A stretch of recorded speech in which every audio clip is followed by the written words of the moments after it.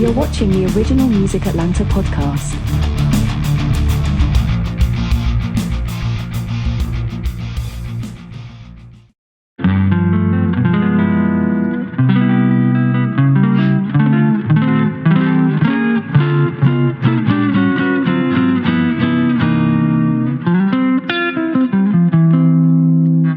Welcome, everybody. Hey, this is episode 10 of the Original Music Atlanta podcast.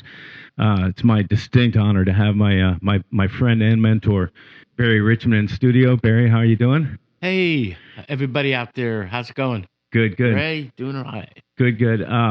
So continuing on the original music theme here for the city of Atlanta. If I didn't bring up Barry Richman, I would be not doing my due diligence. Barry's been around town for, well, Barry, you tell him how long you've been around town. Since the 70s. Wow. Yeah. So since the 70s, you've probably seen more venues in this town come and go. What can you remember as being your first venue that you played when you came to Atlanta? Well, I remember the very first night I was in Atlanta.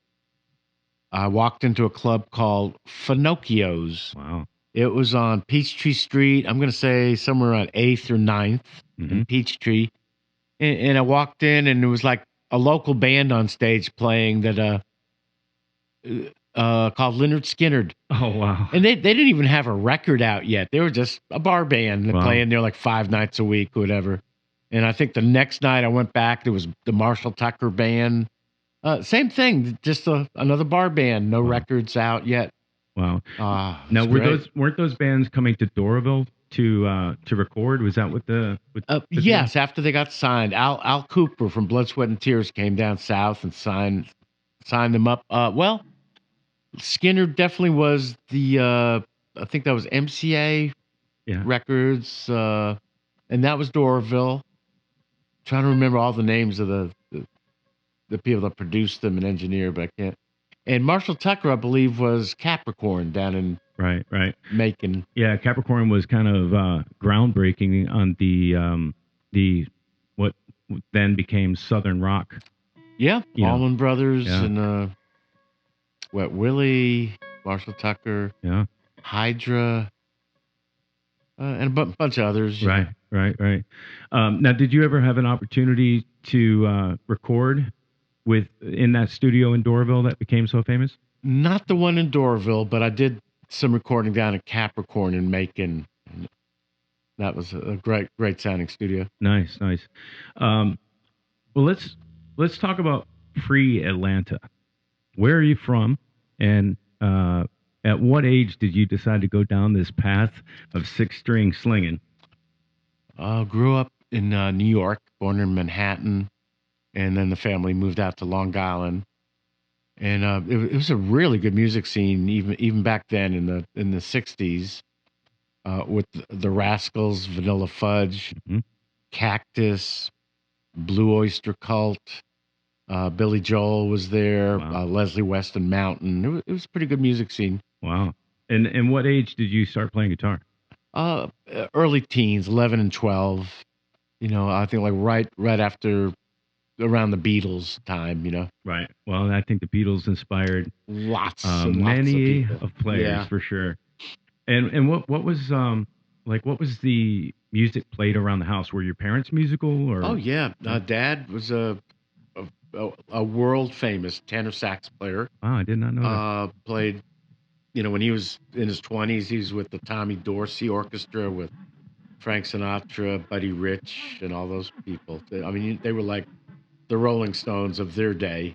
Right. And then after he had a couple of kids, he decided he was going to just settle in New York City and be a studio musician. Right. And he wound up being in the band on the Tonight Show and the Dick Cavett Show. Wow. Perry Como Show, Jimmy Dean Show with Roy Clark and all these cool people. Wow. And what was his name? It was Abraham Richman, but his nickname was Boomie. Boomie. Boomie Richman. Nice. And he's on thousands of recordings. Wow, that's amazing. I did not know that. So was he, when you decided to, being a horn player and being probably of that big band jazz kind of era, was he supportive of you taking on the sixth string? Well, he played tenor sax, but he started me on an alto sax, Oh, okay. and I just didn't like it. It made my lips sore from biting down on the mouthpiece, and it was all reading music, which even to this day I really am not good at that. Well, that was actually going to be my next question, was he adamant about you, learning theory and reading and Absolutely, and I was a little rebellious piece of shit yeah, kid, and yeah, just didn't want any of that. So I was like, all right, well, the Beatles don't have a sax player. I'm gonna get a guitar. right. And luckily for me, my uncle, Uncle Irv in Atlantic City, owned a music store there. And I think for like 1 year for Christmas, he gave me a really bad electric guitar, Right. but it was enough to get me started. Wow. And yeah, that was the beginning. That really helped. So you got your first guitar. What kind was it, you said? It was a no-name Right. Japanese guitar. I think it had 3 or 4 pickups, Wow. and somebody had put a Fender decal on the nice. headstock, and I thought I had a Fender guitar. That's awesome. Until people started saying that's not a Fender; it's just a piece of junk. It's a one of a kind Fender. So you got your guitar, and what was your first pedal? Oh, a Vox wah wah. Oh, okay. There really weren't that many to choose from back then. Right. This was in the '60s. Second pedal might have been something like an Electro Harmonics treble booster or something that just fell apart after a couple of weeks. Yeah, Piece yeah. of junk. Well, that's as a beginning guitar player, you know, you can very easily go down the path of, oh, what's this pedal do? I need that. I need this. I need that. I need this. And Oh yeah, it's endless. it isn't nowadays, especially, right? There's so many boutique things, and for a beginning guitar player, what would be your advice for, just getting started? What would be the pedal choice? Okay. Well, most guys would probably want a good overdrive pedal, Yep. and the go-to that most people start with is the Tube Screamer. Sure. It's a very nice sounding overdrive, and I would also recommend getting one pedal at a time as opposed to getting all 4, 5, or 6 pedals, because that'll drive you nuts Right. trying to figure out how they all work together. Get one pedal at a time, use it for a month, Yep. totally understand every button on that thing before you move on to your next pedal. Yeah. So what you're saying is that in the order of which I put my pedals makes a difference. Oh, totally. Absolutely. Yeah. Yeah. It can be signal chain, figuring out your signal chain that works for you and, gives you the tone that you're looking for, could be a lifelong quest. So we're going to shorten your lifelong quest and just let you go straight to the expert. And, and Barry will help you. Well, You I'm sure everybody has their own system. Yep. And this was from I've done probably 10,000 gigs in my lifetime so far. Wow. And back in the day, every night I would try my pedals in a different order, and then the next night switch them around. And this is the one that finally just seems to work. The wah-wah is the very first thing in the chain. Yep. Of course, a tuner is also probably a good idea to have in your chain. Yeah. Next, I have a Boss compressor, Yep. which pretty much stays on 24/7. That thing is always on the whole time I play. That's the blue one, right? That's the blue one, Yep. and it's very simple, easy to use, and most people don't even hear it as an effect. But it's just taking the signal out of your guitar and just giving it more muscle right. to push it through all the other pedals. Then next, I go into my overdrive. Sure. And that's it's an Ibanez MT10, which is kind of a big brother Wow. to the Tube Screamer. basically a tube screamer, but with separate bass, mid-range, and treble controls, so you can really, Right. Fine tune tune. in the way you like it. Yeah. Next, and this is not an essential pedal, but for me, it's just fun. I have a reissue of the Mutron octave divider, Oh wow. and it gives you a lower bass note with your regular guitar note, and I just barely keep it on, but it just makes your guitar sound a little fatter. Sure. And this company in the Czech Republic Yeah. is the only one that makes this certain kind. The original Mutron was like this big pedal. You had to plug it into the wall. Yeah. You couldn't use batteries on it. Takes up like 3 spaces on your pedal board. Sure. But this one is like one of those little skinny mini ones Sure. that runs on the 9 volt. It's really great. Yeah. Next, I have it's made by Nick Greer. It's a one-of-a-kind pedal he made for me called the Black Fuzz. Right. And that's another distortion overdrive, but it's definitely more gnarly, more raspy sounding. Right. And I probably don't use it as much, maybe 10% of the time when I just need to sound a little more heavy metal, I guess. Yeah. Over the top. Right. Yep. And then after that, I have the Boss Digital Delay. Right. And it can either be a DD2 or a DD3. They're white. Yep. And it seems after the DD3, they started adding more features. And when you do that, it's less, the echoes don't sound as good. Right. So get one of the older made in Japan ones. Yep. And that's just your, you hit a note. It's not on. Second. It's that little tail at the end. The note, and then there's following it. And that just makes you sound like you're playing in a bigger room. Yeah. And then last but not least, I use an Ibanez stereo chorus. And the chorus, of course, is just sort of this very nice kind of pitch shifting thing, kind of nice, pretty underwater sound. Or you could set it up to where it sounds like a 12 string or a Hammond organ Leslie set real fast. Yeah. But the cool thing about the stereo chorus is it has a left and a right output. So you can go to your gigs and you can have 2 amps behind you, left and right. Right. And when you step on the chorus, it's just this glorious, wonderful sound. Yeah. So when you're using that stereo chorus at the end of the line, and then you're splitting to 2 amps, it will still be feeding your signal to the 2 amps. But then when you hit the chorus, that's when you really start to hear it open up. Yeah, all of a sudden it really gets louder and sounds like 3 amps. It's really nice. Well, what Barry's describing there is what the way we used to have to do this thing. I know there's a lot of new equipment out there like the Helix, the Kempers, all these type of new products out there that here's your tone in a box, ready, go. And what he's talking about is actually crafting his sound and his tone, and doing it with individual pedals. And there's nothing better than that. But then it's important to what does it go into at the end of all that is your amplifier, which you have a very specific amp that you've been using for a couple of years now, I think. For like 35, 40 years, I've been using this little solid state PV with a 12-inch speaker called a Special 130. And a couple of my friends were using them back when, Scott Henderson and Jimmy Herring. And I was like, hey, if they're using them, these must be pretty good.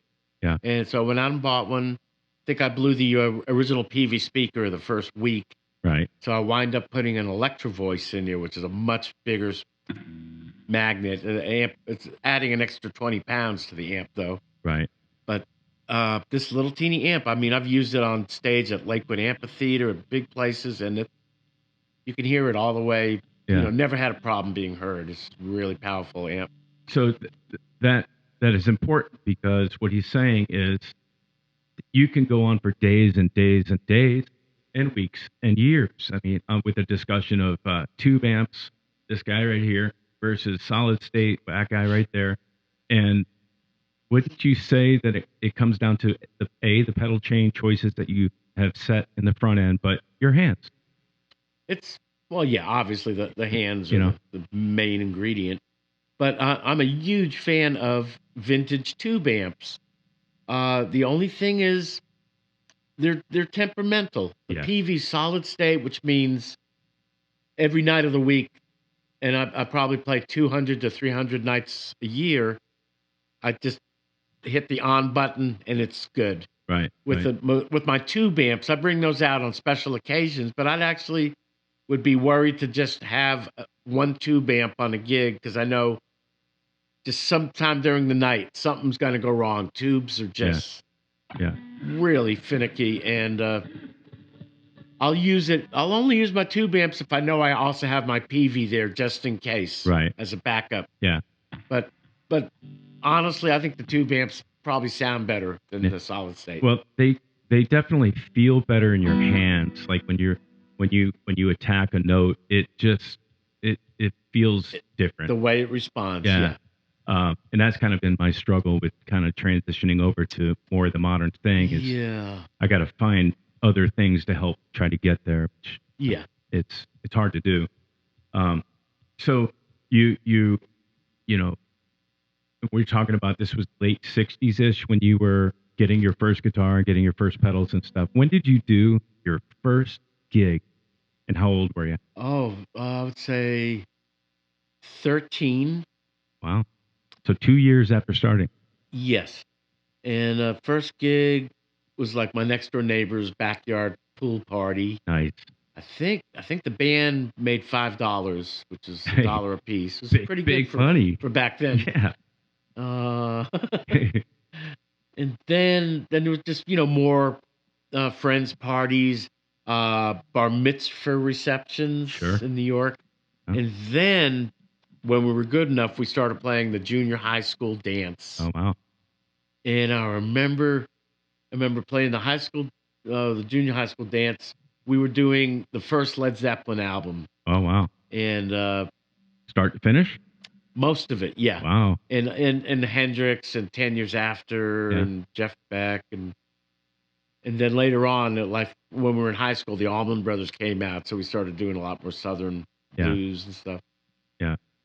Well, I like I said, I've been a fan for a long time, and you definitely can hear a Hendrix influence in there. Yeah. You can hear all kinds of different influences. And what are your influences? How do you go from Jimi Hendrix and Robin Trower to some of the jazz influence licks, and then obviously the Southern rock? How do you put all that together? Well, yeah. The early years would be, the Beatles and Stones. Even before that was like, the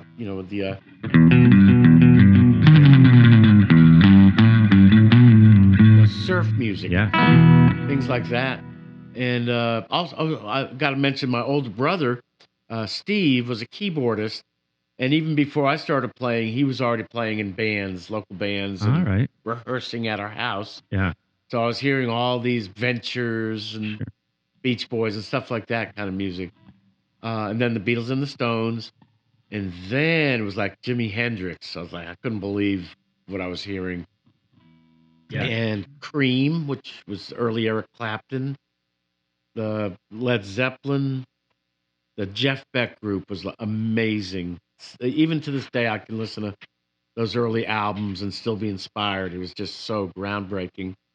And then other Leslie West from Mountain was a fabulous player. Yeah. Great tone, huh? That opening intro. Yes. Mike Bloomfield, one of the best blues guitar players of all time. Peter Green from Fleetwood Mac. Yep. Mick Taylor. The guy from Free, Paul Kossoff. Yeah. Great player. Yeah. And I'm sure I'm leaving out some names. Yeah. Gary Moore. Gary Moore, maybe later on. Yeah. Towards the 80s. Joe Walsh was great. Yeah.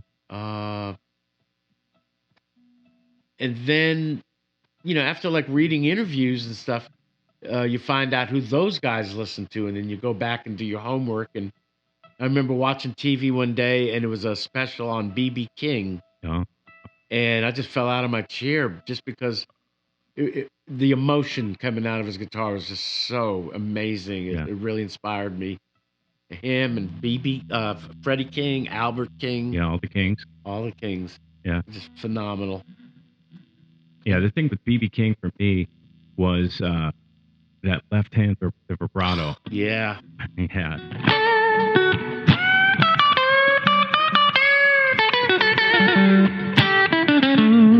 yeah, he had that very fast. And when they ask him about it, he goes, Django Reinhardt Oh wow. was his big influence. Yeah. So after, finding out about these guys, you find out who they listen to. And like I mentioned, Django Reinhardt, Yeah. Charlie Christian. And then I think in my 20s, even though I wasn't really a big jazz fan, I got in a band that was playing Stevie Wonder and Earth, Wind and Fire, Right. Average White Band, like really cool kind of jazz influence Right. songs. And I was like, oh, I had no idea what to play over them. They'd play a major seventh, and I was like, nah, that doesn't work. So you have to learn.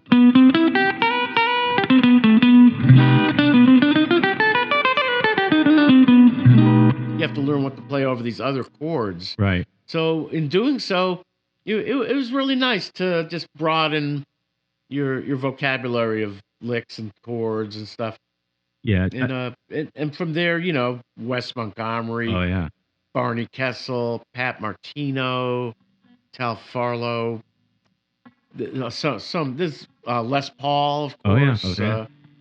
Just so many greats. Yeah, and I think it's very important to what Barry's saying is find out who your heroes were influenced by, and hey, the internet's there for everybody. We'll talk about the internet, the advancement of technology and that kind of stuff in a bit, but find out who they liked and who they were inspired by, and then learn about them. So Yeah. the circle. Everything comes from somewhere. Yeah, Yeah. But there are those innovators, like you listen to Jimi Hendrix and you go, that's different. wow, he must have come from another planet. Yeah. That was just groundbreaking. Yeah. Eddie Van Halen, Oh, same thing. You hear him and you go, wow, that's a whole new approach to playing. Yeah. God, I was just thinking, all the greats, they're gone. Yeah, I know it, and Boy. it seemed to lose one every year at this point, and Yeah. it's heartbreaking, but at the same time, thanks for what you've given us, essentially. Yep. Back to the backyard dollar person pay scale. Was that union or non-union gig? Oh, that was before the union. After we joined the union, we were making about $2 a person. Right. Yeah. What was the name of your first band? The Inner Minds. Everybody remembers their Yep. first band. We had these yellow cards with these like red circles in the middle. That's awesome. Yeah. So you're in your 20s. You're still in New York, right? Yeah. And when did you say I got to get out of New York, or I want to get out of New York, and why? Okay, so I'm actually doing pretty well playing with some really hot bands on Long Island at some of the best clubs. And I'm in my senior year of high school, and my parents decided, they had enough of New York, and they're gonna relocate to Miami Beach, Florida. Okay, sounds. And I didn't familiar. like that idea at all. Yeah. But so I wound up moving down there, and they put me in Miami Beach High School, which was, I hated school. Yeah. But I found out later on that was might have been the first high school in the country to offer a guitar class. Oh wow. So that was kind of cool. I got to, just hang out in guitar class all day. I was probably a better player than the actual teacher of the class. And I was gonna. So he let you. me, he gave me a pass. I was the only one in class out of 30 guitar players that was allowed to bring the electric guitar to school. That's awesome. And then I just never even went to class. Oh. It's just, Yeah. I was getting high and drinking wine, smoking weed. What year is this? This would have been '71, I believe, Okay. or '72. Yeah. And my parents just had enough of that, and they kicked me out of the house. Oh, okay. Little rebel. Out of love, I'm sure. Yeah. So my big thought was, oh, why don't I just hitchhike back to New York and join my band again? Right. So I'm on the interstate, just a shirt on my back. I mean, I didn't even stop to grab a guitar. They just, Wow. like we were yelling at each other, and I ran out of the house. And so I'm hitchhiking back to New York, and somewhere along the way, somebody picked me up and got on the wrong interstate Oh no. and started heading inland instead of up the coast to New York. Right. And it kept going up, and they just dropped me off downtown Atlanta. Oh, really? And yeah, that's I've been here ever since. That's amazing. So, that's a crazy story on how you got here. That's really, that's funny how those things happen. It wasn't planned, yeah. But more importantly, did you make amends with your family and your parents? Oh, absolutely. Okay. Yeah. Yeah. Yeah. So you got to Atlanta, early 70, probably 71 too, right? And then you have dirty shirt and dirty pants on. What did you do next? I was sleeping on the grass at Piedmont Park. Wow. Didn't have any money. I would panhandle enough pennies to get a Crystal Burger for dinner. Wow. But back then it was kind of, it was still the peace, love, and hippie days. Right. And you'd meet people and they'd be like, all right, we got a couch in our living room. You can come crash. We've got an extra acoustic guitar if you want to borrow it and go make some money. Yeah. Panhandling. And so I did that for a few months. And really, looking back, I'm going, how nice it was not to have a mortgage payment and bills coming every month and have to stand in line and get your tags. And, it was like really living free. You were free. It was nice. Yeah. But I got a gig at this brand new nightclub that was just opening called Richards. And it was amazing. Wow. They knew I was a musician, and the people that owned the clubs were like totally, musician friendly. Sure. And they gave me this job. They said, hey, whenever a band comes to town, because they would play at Richards for Monday through Saturday, two shows a night. Right. And they would have to stay in Atlanta for the whole week. And they said, well, when they come to town, you can take them to their hotel room, show them around to all the restaurants, take them to the music stores, and Yeah. So I'm like 19 or 20 years old, hanging out, but every week was like Little Feat, Bob Seger, Peter Frampton, Hall and Oates, Muddy Waters, Ike and Tina Turner, Albert King, Ted Nugent. I mean, every week. Bruce Springsteen played at the club for a week when his first album came out. Charlie Daniels. I mean, every week was phenomenal. And what they did was at the end of the week on a Saturday night, they would invite me up to play with them. Beautiful. So I got to play with all these amazing bands. Wow. I remember I got an offer to join Hall and Oates. They wanted me to move back up to New York, and I stupidly didn't wind up doing that. Oh my goodness! Could you imagine Maneater? All those hits. I know. I should. Yeah. A lot of audition for Charlie Daniels and stuff like that. It was a great time for music. Well, that kind of comes to another question I was going to ask about when I was asking about your influences, and you started meeting them. Yeah, started meeting. I left out a couple. Yeah. Dwayne Allman and Dickie Betts, of course. Wow. Phenomenal. Wow. Yeah. John McLaughlin. So you got to play with McLaughlin? No, I've met him, but I haven't gotten to play with him. I wouldn't even know what to do. I know, right? Yeah, so amazing. I just had the opportunity to go see Al Di Meola. Oh my God, yeah. Down at City Winery, and he was doing. I didn't know what to expect, if he was going to have the Les Paul, if he was going to have the classical. Or what did he do? All classical. Really? And wow. He was playing stuff, and I think I can understand music somewhat. And I was trying to find the one. I was trying to find the chord. What is he doing? He was playing stuff that it blew my mind. I was like, wow, what is this? Jeez. But yeah, it was interesting. He had a tabla player playing actual Indian percussion, and another guy from Spain playing classical with him, and it was it was it was amazing. But that would be the same Wow. type thing. Hey, come sit in with Al Di Meola. I'd be like, what do I play? Yeah. You know? Yeah. So that's Wow. awesome. So what was you got offered to do these things? You stayed there, or did you put a band together, your own band Um. at that Wow, point? that's a long time ago. Yeah, I'm gonna scraping the Uh, cobwebs out, Barry. let's see. There was a band. I got an offer to play with a band called Glass Harp. Mhm. That was there to replace the guy named Phil Kagi, who was Oh the yeah. originator of that band. And they moved down into my little one-bedroom apartment, and we rehearsed for about a month and realized none of us could sing, Oh, there you and go. that fell apart. I had an offer from Greg Allman to go on tour with him, and I wound up moving down to Macon, Georgia, Yep. and just some everyone's musicians, you get bad luck every once in a while, Yeah. and Yeah. that didn't happen. The record company decided to just go with the guys that played on his album, Right. so that didn't Was that when happen. he did a solo record? That was a solo album called Laid Back. Yeah. Did Dan Toller end up playing on? No, this is before Dan Wow. Tola. This Okay. was Tommy Talton and Scott Boyer from the band Cowboy Okay. that played on it. Another great guitar player, Buzz Featon, played on it, but he didn't do the tour. Gotcha. Gotcha. Uh, So then, okay. So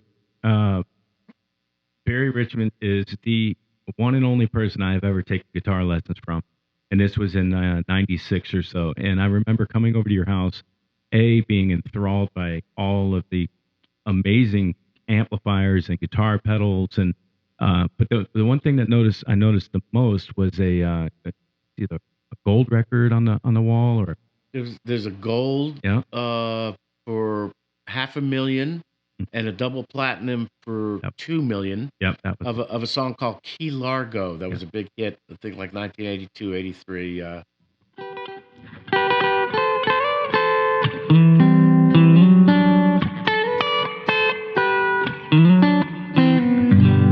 Yep, It was yep. a very kind of a Jimmy Buffett kind of a song, but the Sure. artist was a guy named Bertie Higgins, Yeah.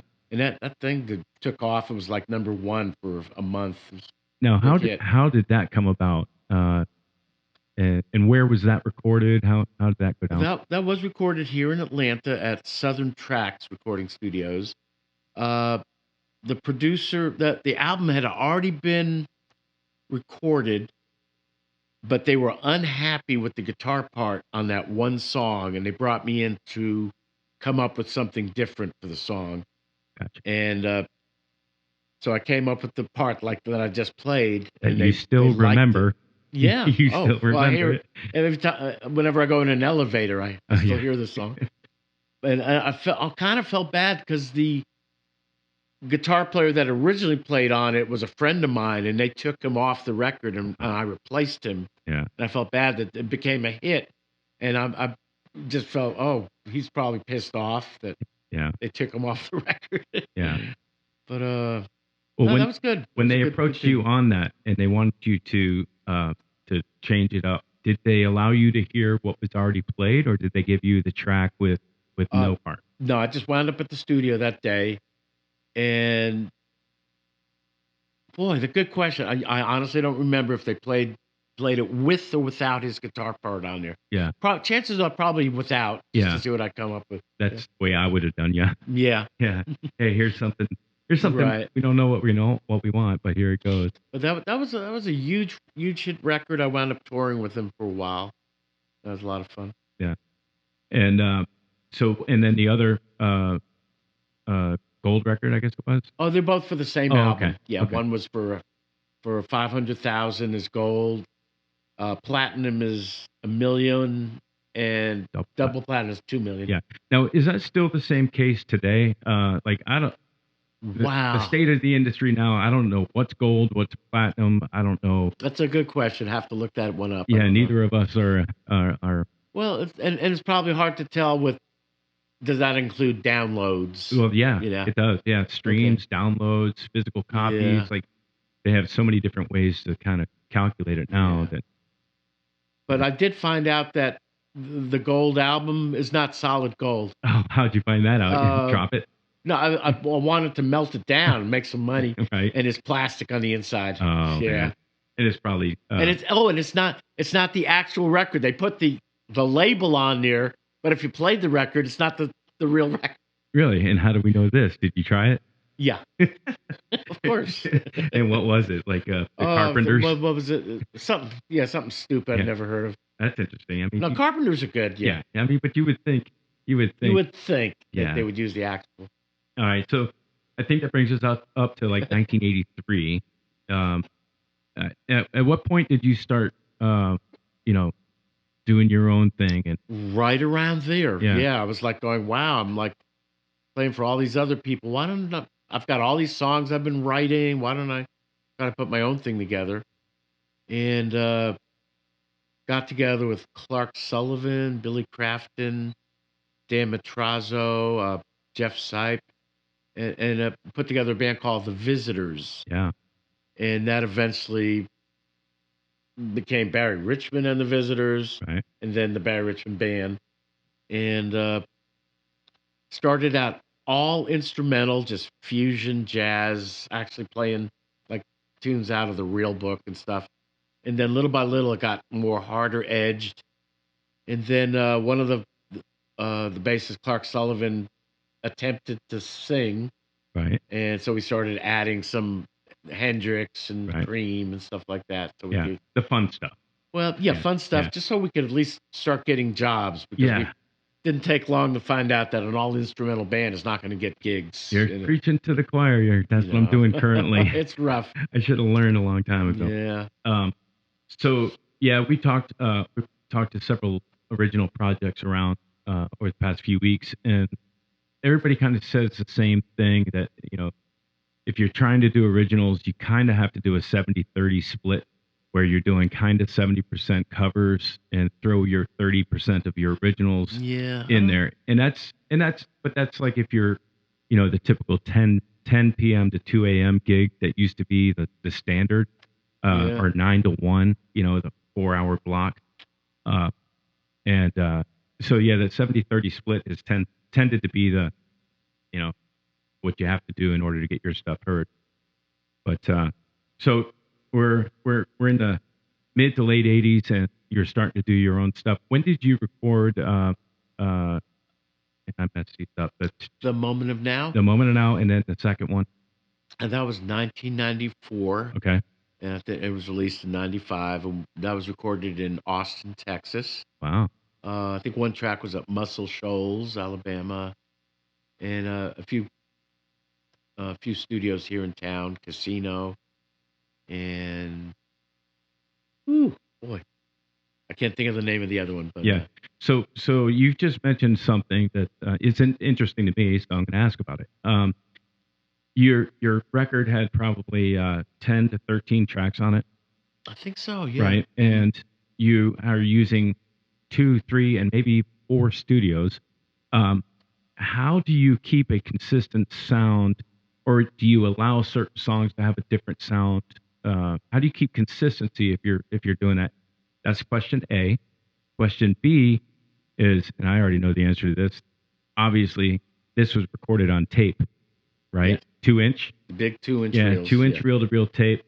This was no automated faders or any of the tricks and gadgets, I would imagine, at that time.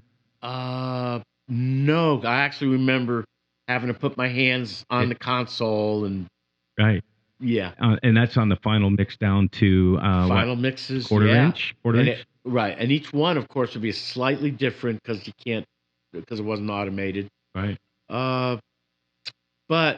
And we tried to use as few tracks as possible. Sometimes 16 track, and mostly 24, Right. because the sound going to reels of tape is just phenomenal. So warm, and, Yeah. retro sounding. Yeah. Well, retro sounding now, but then it was It it was was the way you yeah. did it, right? And I remember one of the places we recorded had Neve is the company that built Yeah. the console, and they said, we got this out of John Lennon's studio in New York Wow. and brought it down south. And Wow.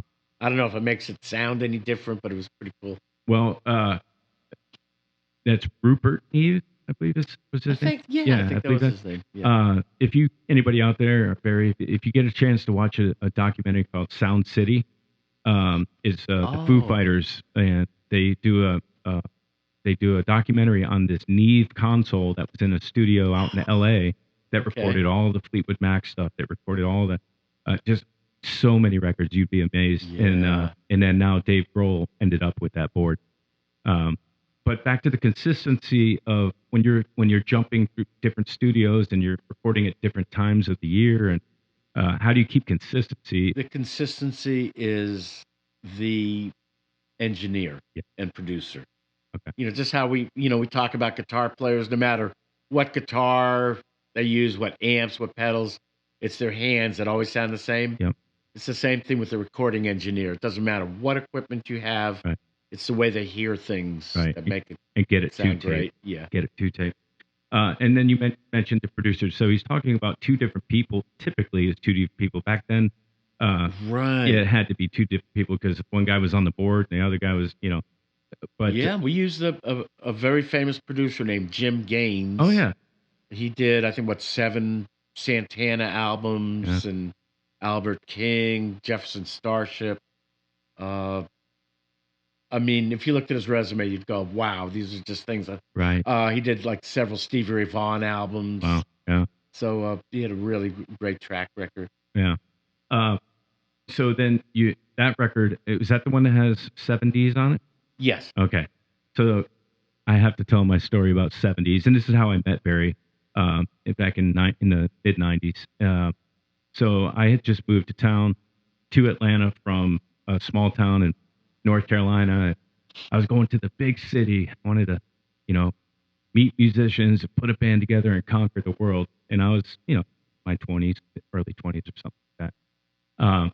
And so I probably just had a rehearsal with a friend of mine, Devlin Bragg, and likely Curtis Hummer too was probably with me. And they said, "Hey, let's go down to this club called Fuzzies and see this cat play." And I was like, "Who is it? I don't know anybody here. Who is it?" But they said it's Scary Barry Richman. I was like, "Scary Barry Richman? Who's that?" And he proceeded to come out. Well, he didn't come out. He was already on stage. I walked in there, and I just had never seen anything like it. As far as the finesse that he was playing with, note choices, and it just blew my mind. But then he cranked into this song, and the song is called "The 7Ds." Barry, can you tell me what the inspiration behind the song was, how you wrote it, and then I'd like to play the video of it if that's okay. But go ahead, tell the story. Yeah, I think at that time in my life, I was very influenced and inspired by a band called the Dixie Dregs, Steve Morse, and they had a violinist named Alan Sloan, who was in Dixie Dregs probably 3 or 4 albums. And when he left the band, me and him got together and collaborated, did a couple gigs together, and I started writing songs that were very jazz fusion style. Sure. Probably fast picking and things like that. And the melody of the song is diddly diddly dee, diddly diddly doo. And when I started counting, I went D D D D D D D. I went, oh, 7. There's 7 Ds, and that's how the name came up. That's amazing because my buddies and I have woodshedded on the song. We're like, wait a minute, this song's not even in the key of D. What's he talking about? Right, yeah. I think it's in key of A. Yeah. And now that I think about it, that was the only track on The Moment of Now that was recorded 10 years before the rest of the album. That was just something I had laying around, and I took it to the recording studio and said, is there any way you can make this to where it sounds like it was recorded at the same place? Again, what we were talking about, getting that consistency. That was a little rough because I probably brought him a cassette tape or something to work with. Yeah. But they did it. Yeah. Well, hey, everybody, I have to play the track. Oh, okay. So we're gonna launch this video, and then we'll be back with more Barry Richman as soon as we get done with this.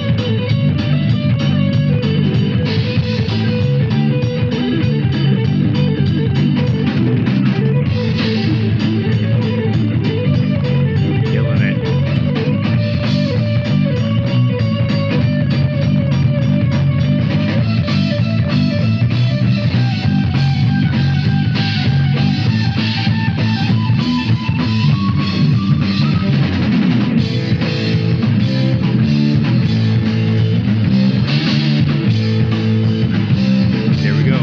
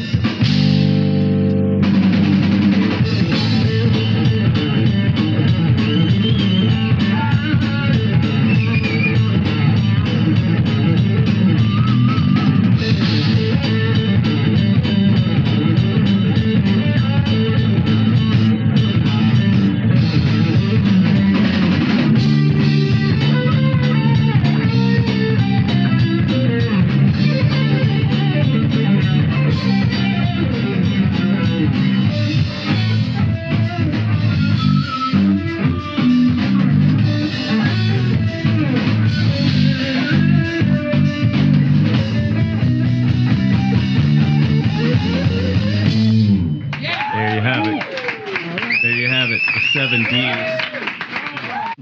So Barry, imagine a young kid coming in. Well, I was over 21 because I went to Fuzzy. Coming into there, aspiring guitar player, and then seeing that in your local, like little club, I was blown away. And I was lucky enough to have somebody set up some guitar lessons. Oh, very cool. Right, Yeah. and that's how I got to know Barry Richman. Was that show? So elaborate on that. How you came up with that? This song. He said, "I just had it laying around. I just thought I'd throw it on the record." Oh, well. Did you write it in Atlanta when your time here while you were here? Yeah, that was probably written easily 10 years before the first album came out. Right. Along with another one, Acid in Your Face. Yeah.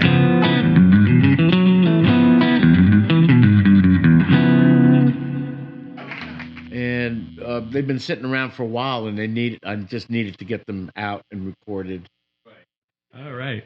Well, we're back. So Barry blew me away with the 7Ds. Now, can you tell me about that telly? Because I had never seen a telly with that type of a headstock on there. Barry's on stage playing the 7Ds, and I'm not only being blown away by his playing, but I'm looking at this Telecaster. I'm like, what in the world is that guitar? So. Barry, give us the background on that guitar. There used to be a school in Stone Mountain, Georgia, where they taught kids, well, not probably 18 to 25 age, how to build guitars.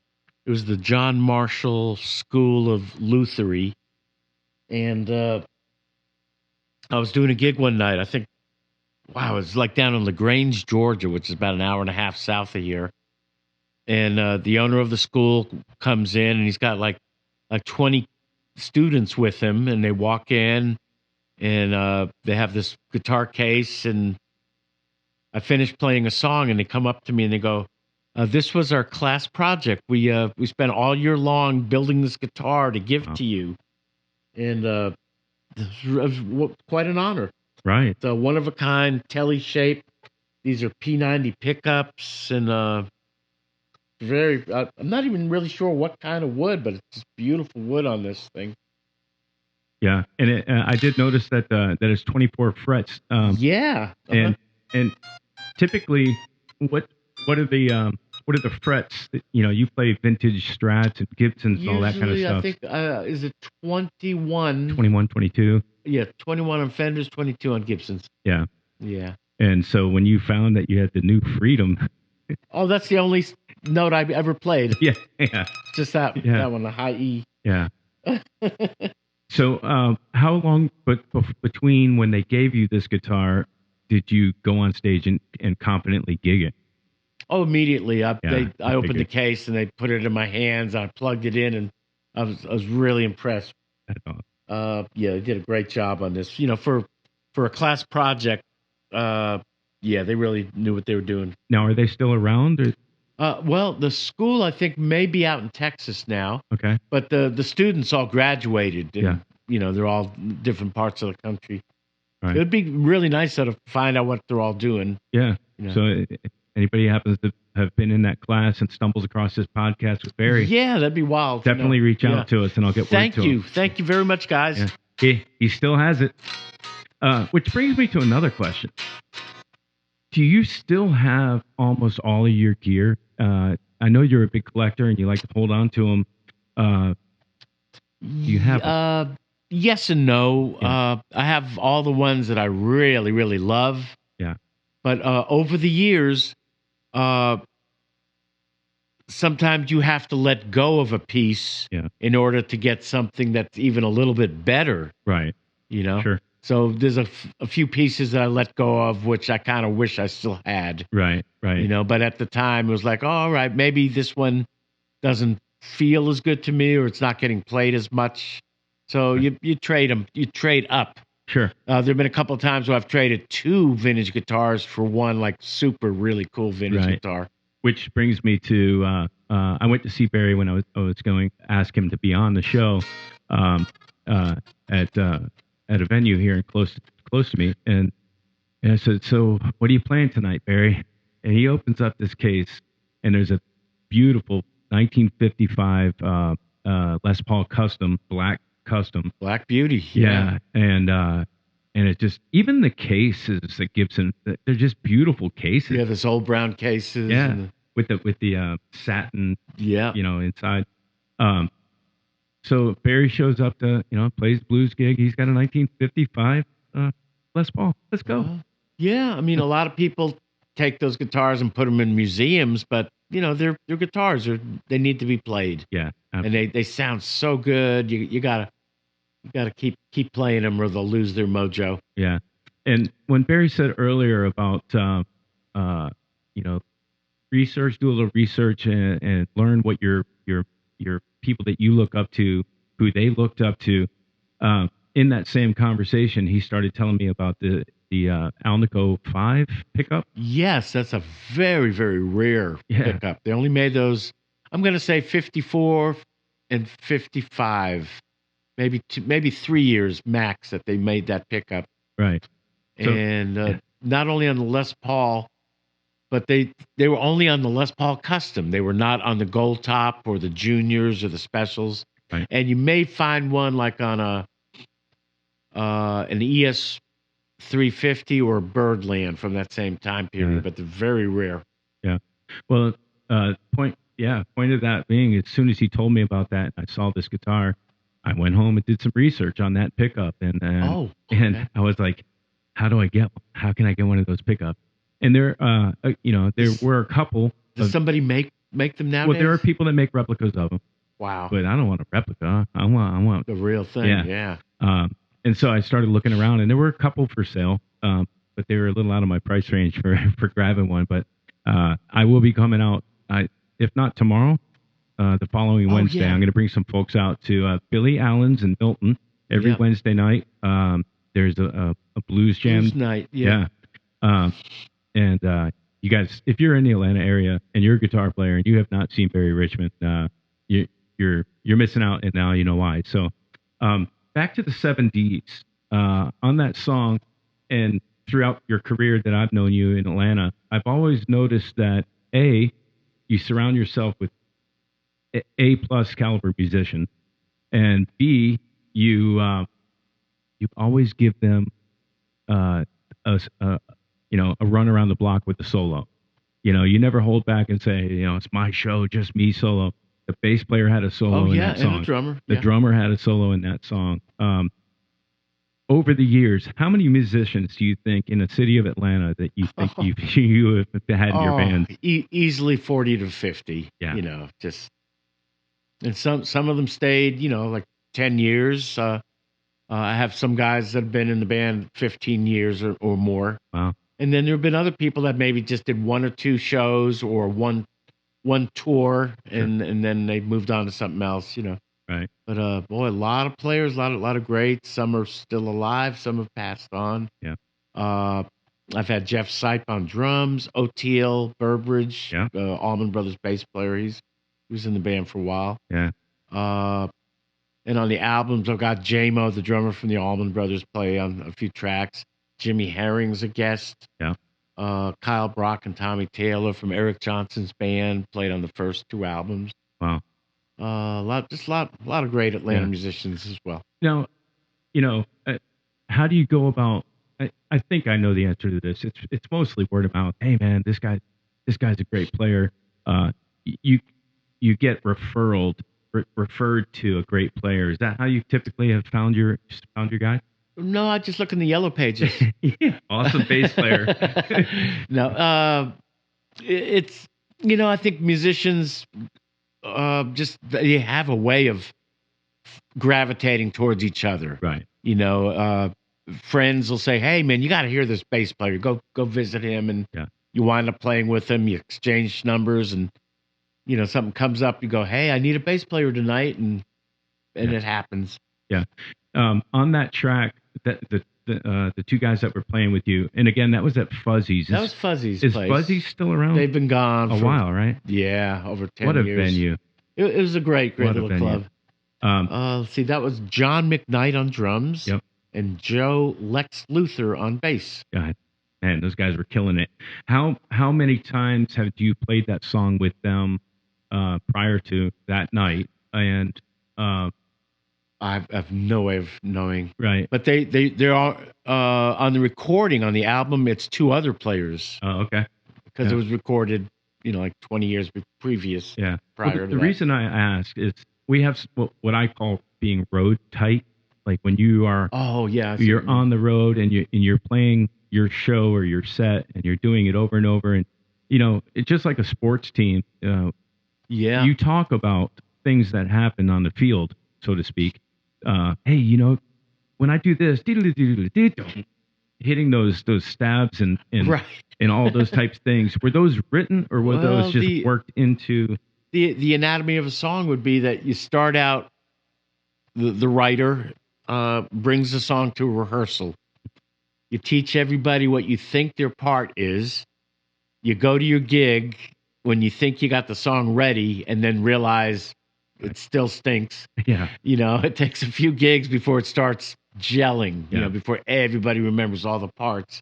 And then once everybody starts remembering the parts, little things happen at a show where maybe somebody came up with one little extra thing they add to the song, and everybody looks at each other and they go, "Yeah, we're going to do that the next time we play it." Yeah, and it keeps evolving, and Yeah, and I think that's a very good point of bringing a song to a band, a group of guys, and saying, "Okay, this is how I envision the bass part to be or the drum part to be.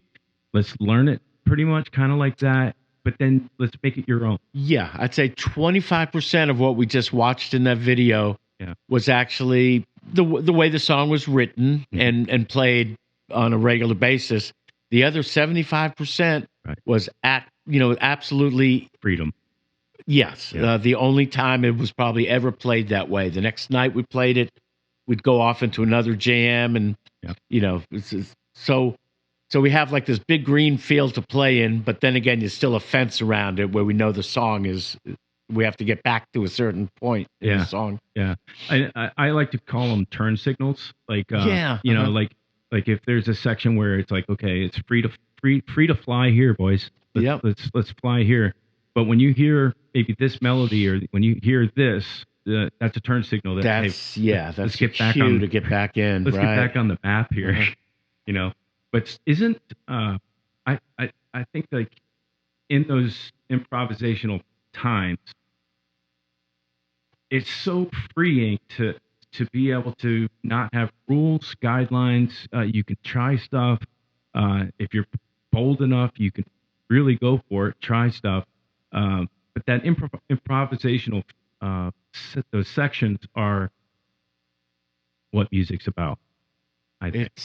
It's a big part of it. You're absolutely in the moment. You are creating as the music is going in your head. You're making it up, and when you're with good players, they're going to listen to what you're doing and respond to it. And like I said earlier, it's probably the one and only time it'll ever sound like that. The next night's going to be another Adventure. composition Yeah. in the moment. Yeah, it's the adventure. You know? Is it the moment of now?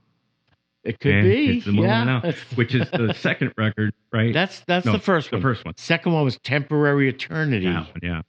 And that was a slightly different approach. The moment of now was really, we went in the studio and just set up in a room like we were a band playing on stage, and we were just going for it. The next album, we decided we're going to take our time, and it took probably over a year. Right. And I would lay down rhythm tracks and then overdub things on top and work different parts, and we just put it together piece by piece. Yeah. And it, to me, I like it just as much as a raw, in the moment kind of an album. Because you can really take your time and make it the way you want it to sound. Yeah. Experiment on parts. Yeah, you can experiment too. Yeah. So he just talked about one of my questions that I typically ask the bands is, when you're recording, which do you prefer? Do you prefer trying to set up and capture all this stuff live, do 2, 3, 4 takes and go, okay, this take was that's the one, which is how they used to do it back in the day? Yeah. Or do you like to build the cake ingredient by ingredient? And everybody has a different way, and like he just said, he likes them both. I do like them both. Maybe the one advantage of doing it live is if I start playing a lick, like a repeated lick, the drummer will hear that live and jump on it and play it with me, and it's like, oh, a little bit of magic just happened, right? Right. And if you did it the other way, where the drums were already recorded and then you put your guitar on top, it's not going to have the same magic effect. Yeah, the live feel, as a lot of people like to call it, right? Mm-hmm. Well, that song has always inspired me, and I am just blessed to have you in here to talk about it. Ooh, I just remembered something about that song, the 70s, the one that's on the album. I remember using a Rockman. Oh, wow. And not a guitar amp when I recorded it. Just this Tom Scholz Rockman that went right into the recording console, no amplifier. Yeah, that's very unusual for me. Wouldn't you say that was probably the first modeler or yes. That predated everything. And Tom Scholz, the guitar player, genius for Boston, right? Yep. Mm-hmm. Apparently went to MIT and was an electrical engineer. Yeah. And developed this. I think it was originally kind of intended to be a headphone amp kind of a thing for just practicing. But it's great with headphones. It had an output to go to right to the PA. Yeah, I mean, you could be sitting in your little bedroom at 3:00 in the morning, and with the headphones on, it sounded like you're playing through a wall of Marshall amps on 10. Yeah, it was incredible. Yeah, and he got it right. And I really wonder nice. why they kind of stopped marketing that or doing it. I don't know why they stopped, but they should have kept going. So that does kind of bring me to your rehearsal. We just had lunch together, and he said something to me that kind of stuck. We were talking about getting wrapped up in social media and finding that I used to get up and play and practice for 3 hours, and then I found myself on the computer looking at needless, brainless stuff. What is your practice regimen after all these years? Do you still like to just sit down and run scales and chords and practice, or did you get your practice on stage? Wow, that's a great question. After all these years, now that I'm playing like 5 nights a week, and then on my off nights I'm teaching, I pretty much have a guitar in my hand a lot. So that's playing time. But late at night, like it could be 3 o'clock in the morning and I can't sleep. So I'll go downstairs to my living room, pick up a Strat and some vintage Fender amps and just sit there for a couple hours and just improvise and make up stuff. I'm not sitting there like running up and down scales Sure. because I think I've already Done that. done that. Yeah. And those are great because you got to know your scales Yeah. before you can do anything else, you know. But I just sit down and I've probably written 1,000 songs that nobody will ever hear Right.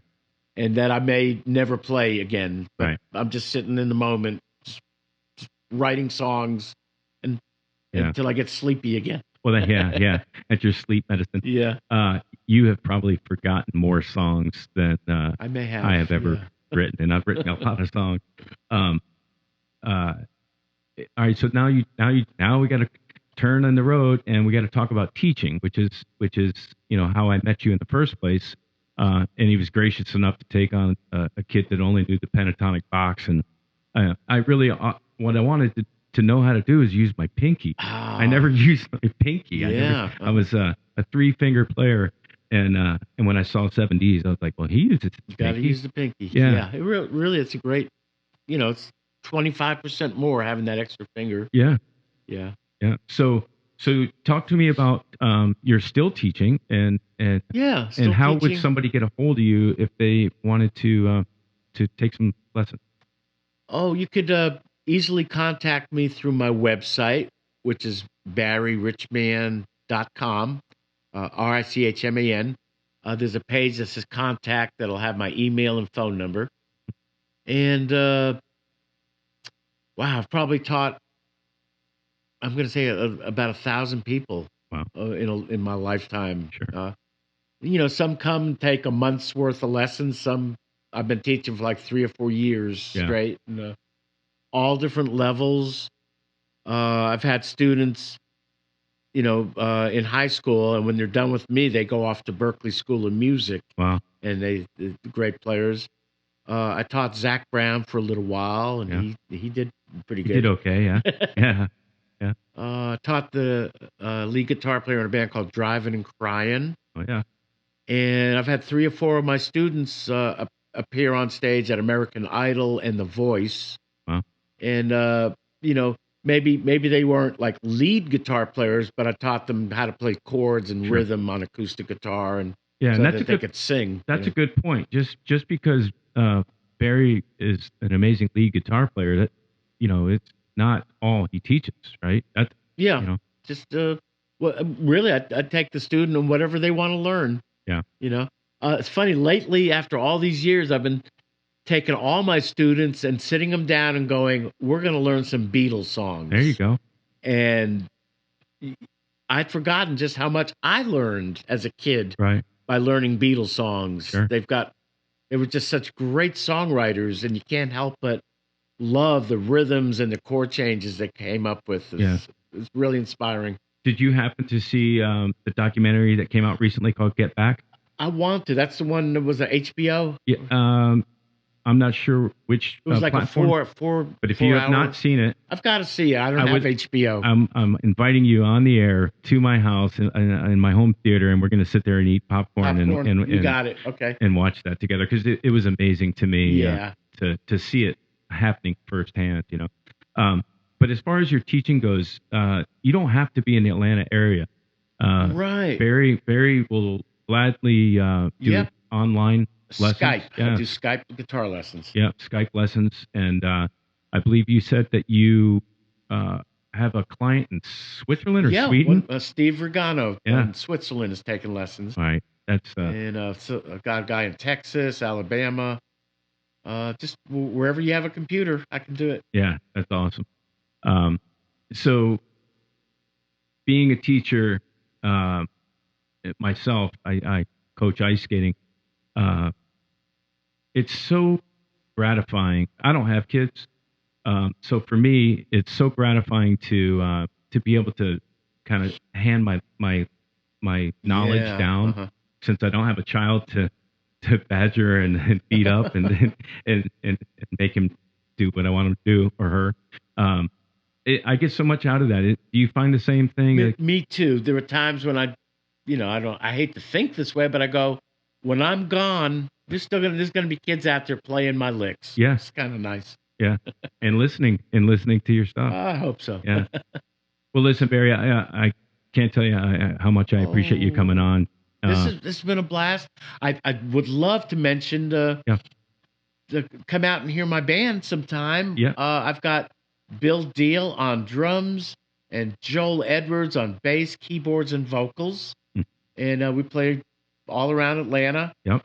Wednesday nights, I'm at Billy Allen's with Billy Allen singing the blues with us with John Hooper and John Blackman. Yeah, great band there too. Yep. And on Thursday nights, I host an open mic blues jam at the Rusty Barrel in Marietta with Dana McCarthy, bass and vocals, and Charlie Corch on drums and vocals. Nice. All great players, great people. And come on out, say hello. Absolutely. Well, Barry, I feel like we could probably do an episode 2 of this. We hadn't even scratched the surface I yet. really believe that we haven't. And I hope to do some shows with your band as well. And until that time, we'll make it happen. We'll make it happen. Thank you again, Barry. Bye, everybody. See you guys.